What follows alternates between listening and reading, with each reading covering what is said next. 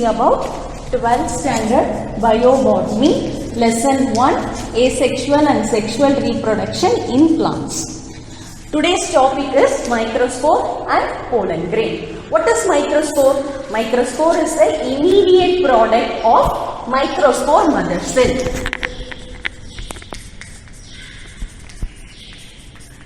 From microspore mother cell, it produces microspores. From microspores, it produces pollen grain. Microspore mother cell produces microspores with the help of process called meiosis. So it will be in N condition, haploid condition. Then microspores are converted into pollen grain with the help of mitosis. Okay, so microspores are the immediate product of microspore mother cell. Got it? Next, the microspore consists of protoplast. Along with that, it has a cell wall. But the cell wall is very thin and it is not fully developed. It is yet to be developed. Okay, it consists of protoplast and wall, but the wall is yet to be developed. This protoplast consists of dense cytoplasm.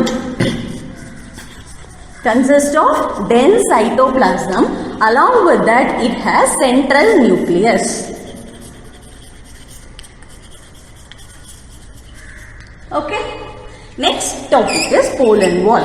The pollen wall is made up of two layers. One is inner layer, another one is outer layer.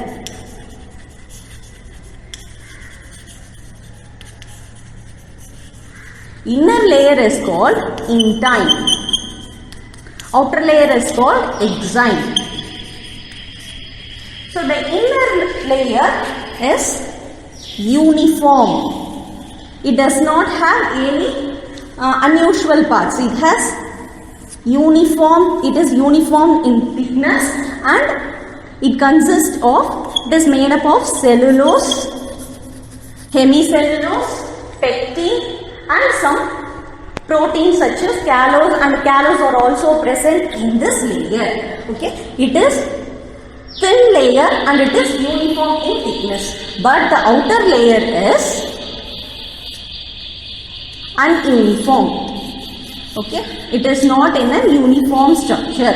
Okay, in some places it will be thick, in some places it will be thin. Okay, this layer is the outer layer. It protects the pollen grain. It is made up of cellulose, sporopollenin and pollen grain. In the thin region, it has a small round-like structure. It looks like a pore. Okay, it looks like a gap. When the pollen grain gets germinated, it forms furrow. Okay, it forms furrow. This gap is called germ pore. In this germ pore, sporopollenin is absent. Okay, when the pollen grain gets germinated, it forms a furrow. So the pollen grain, furrow, everything depends on the germination. Okay, so in germ pore layer, sporopollenin is absent. Next, shape and size of pollen. So the shape is, it may be in various shapes such as rod, or it may be grooved, or it may contain some pattern over it. Okay, so the pollen grain may be with any pattern. Surface of the exine may be smooth or sculptured. Sculpture is nothing but it having some pattern over the surface. The pollen grain is having some pattern over its surface. It may be rod, grooved, warty or punctuate. Okay. Then the pattern is used for identification and classification of plant species. With the help of pollen surface, we can identify which species it is. Okay, it varies from the shape, size, everything varies from species to species. So for different species, they have different structure. Okay, next it varies from species to species. It may be globulose. Globulose means round in shape. Then ellipsoidal. It will be in ellipsoidal or fusiform or it may be lobed in structure, or it is crescent or angular in shape. The pollen grain differs from species to species. Okay. Then it varies from, pollen grain size varies from 10 micrometer to 200 micrometer. So it can be written as mu meter. Okay. 10 micrometer to 200 micrometer. So 10 micrometer size is seen in Myosotis, and 200 micrometer is seen in Cucurbitaceae family and Lutetiaceae family. Next topic is pollen kit. What is pollen kit? We have seen in the earlier video. So what is pollen kit? It is derived from tapetal layer. Okay, it derived from tapetal layer. It is made up of carotenoids and flavonoids. What is carotenoid? It is an organic pigment, helps for giving color such as bright yellow color, orange or red. Pigment will be given by carotenoids. Flavonoids is nothing but metabolites, plant metabolites. Okay. So it is the layer, it is an oily viscous layer, helps for attracting insects. For attracting insect and for pollination, it is very much useful. And it also has UV protection. Okay, it provides UV protection to the pollen grain. Got it? Next topic is palynology. Palynology means study of pollen grain. Okay. Next, by studying pollen surface, pollen grain, we can identify where the cold distributed area, and also we can find the oil fields. Okay. The pollen grain also helps us to analyze the area where it is located, how the vegetation will be all clearly told by pollen grain. So that study is called palynology. Got it? Next topic is liquid nitrogen. With the help of liquid nitrogen, we can store any tissue or cell, whatever the particle may be.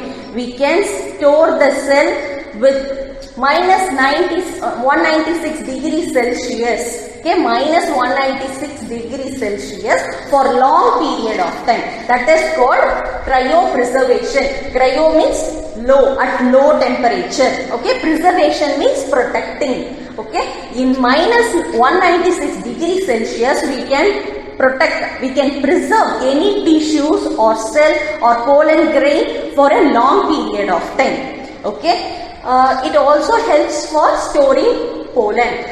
Some plants are economically useful for breeding or hybridization. So that pollen grains will be collected and it is stored in a small vial. Okay, it is stored in a small vial and it is kept in minus 196 degrees Celsius with liquid nitrogen, so that it can be stored for long period of time. For above 40 years also we can use this tissue. The cells will be very viable after long years. Okay, so it is very much important technology. By this, pollen bank, gene banks and many other tissue culture techniques are preserved. Okay, tissues are preserved using liquid nitrogen. Got it? Next, bee pollen. Bee pollen is a dietary supplement. Okay, it is a natural substance. It consists of protein, vitamin, minerals and carbohydrates, everything. It is used as an immune booster. It helps the athlete or racehorse for improving its performance. So it can be, bee pollen can be used as an immune booster and also helps for increasing our performance. Okay, it is sold as tablet and also in syrup in markets. Next, it increases the performance of athletes and racehorses. It is used as dietary supplement. Okay. Next, Manito-palynology. Manito means honey or bee. Okay. So Manito-palynology. Palynology means study of pollen grains. So study of honey pollen is called Manito-palynology. Okay. Study of honey pollen is called Manito-palynology. Next topic is pollen calendar. What is mean by pollen grain? What is mean by calendar? Giving some information. So this calendar will give information about pollen producing plants. At which season which plant is producing pollen will be given detailedly in this calendar. This is called pollen calendar. Okay. Why it is very much useful? Some people having allergies while inhaling pollen grains. Not everyone is having this pollen allergy. Some people will be having pollen allergy. While they are inhaling that pollen grain, they may be affected in severe condition. They may get asthma, bronchitis, hay fever, allergic rhinitis or stuffy nose. Allergic rhinitis is nothing but stuffy nose. Okay. So these conditions will be caused because of inhaling pollen. So this calendar will help us to get rid of those plants. Okay, because that provides the information about pollen grain producing plants. Got it? So pollen grain gives information about the plants which produces pollen grains. Okay, with this information we can get rid of those plants. Next topic is Parthenium histophorus. This is one of the contaminants which is causing allergy in India. Okay, in India this plant is very prominent and it belongs to the family Asteraceae. Next, its common name is carrot grass. Its native is from North America. While we are importing wheat, we got this seeds and it is acting as a contaminant in India. When we are நம்ம வந்து வீட்டை வந்து உழுறதுக்கு அந்த production பண்ணும்போது இந்த seeds வந்து தற்செயலா அதுல இருக்கும். ஸோ அதை நம்ம வீட்டை கல்டிவேட் பண்ணும்போது இந்த பிளான்ட்டும் சேர்ந்து வளரும். ஓகேவா? அப்ப இதுல இருந்து ப்ரொடியூஸ் ஆகிற போலன் கிரெயின்ஸ் என்ன பண்ணும் அப்படின்னு பார்த்தோம்னா அலர்ஜிஸ் காஸ் பண்ணுது. ஸோ இந்தியால இருக்க one of the pollen producing அதாவது pollen allergy causing plant is Parthenium histophorus. Okay. Next topic is development of male gametophyte. What is male gametophyte? The first cell of male gametophyte is microspore. Yeah, it is the end cell. Haploid cell. So இது என்ன பண்ணும் அப்படின்னு பார்க்கும்போது first இது கிட்ட ஒரு nucleus இருக்கு. ஓகேவா? இதுக்கு அப்புறம் என்ன ஆகும்னு பார்த்தோம்னா இந்த நியூக்ளியஸ் ரெண்டு டிவைட் ஆகுது. It gets divided into two unequal regions. One is having large food reserve content and another one is having small reserve food content. Okay? So this is called a vegetative cell and this is called generative cell. Okay?